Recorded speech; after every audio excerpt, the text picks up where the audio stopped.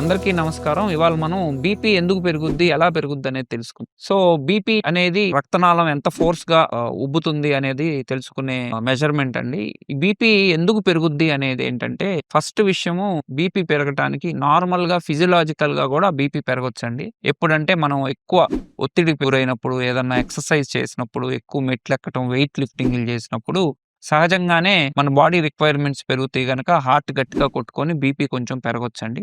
ఇది పెథలాజికల్. అంటే జబ్బెప్పుడవుతదంటే, ఈ రక్తనాళాలనేవి స్టిఫ్ అయిపోతాయండి కొన్నాళ్ళకి.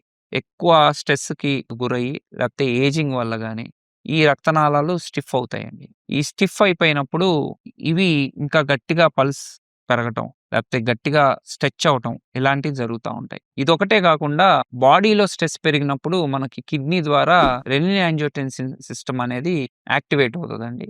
ఇవి కొన్ని హార్మోన్స్ ఇవన్నీ సెక్రీట్ చేసి, ఇది మన హార్ట్‌ని, మన రక్తనాళాలని స్టిమ్యులేట్ చేసి, ఇంకా వాసో కన్‌స్ట్రక్షన్ అనేది పెంచి, ఓవరాల్‌గా బాడీని స్ట్రెస్‌కి గురి చేసి, బాడీలో ఉన్న బీపీ రక్తనాళాల్లో అన్ని చోట్ల ఉన్న బీపీని పెంచుతదండి. సో, ఇవి మెయిన్ ఫ్యాక్టర్స్.